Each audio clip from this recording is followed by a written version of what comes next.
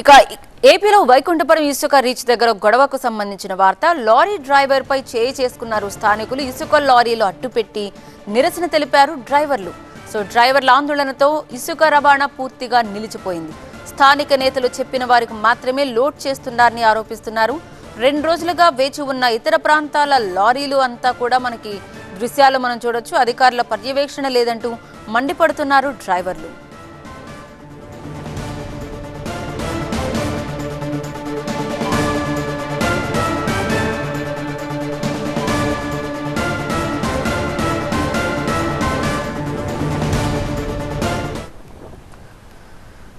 మనకి పూర్తిగా లారీలు ఆ రోడ్డు కనుచూపు మేరంతా కూడా మనకు లారీలే కనిపిస్తున్నాయి. ఈ ఇసుక రీచ్ లో సంబంధించి ప్రస్తుతం వారు గొడవ చేస్తున్నారు.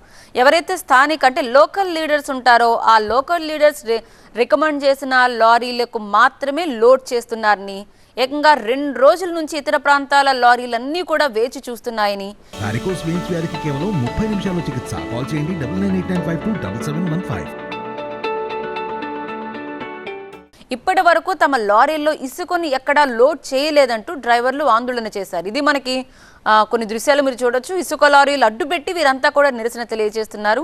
ప్రస్తుతం డ్రైవర్లు చేస్తున్న ఆందోళనతో ఇసుక రవాణా అయితే నిలిచిపోయినట్టుగా తెలుస్తోంది.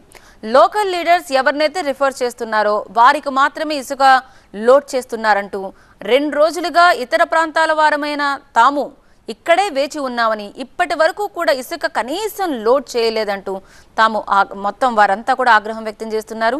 అధికారుల పర్యవేక్షణ కొరవడిందంటూ వారు మండిపడుతున్నారు.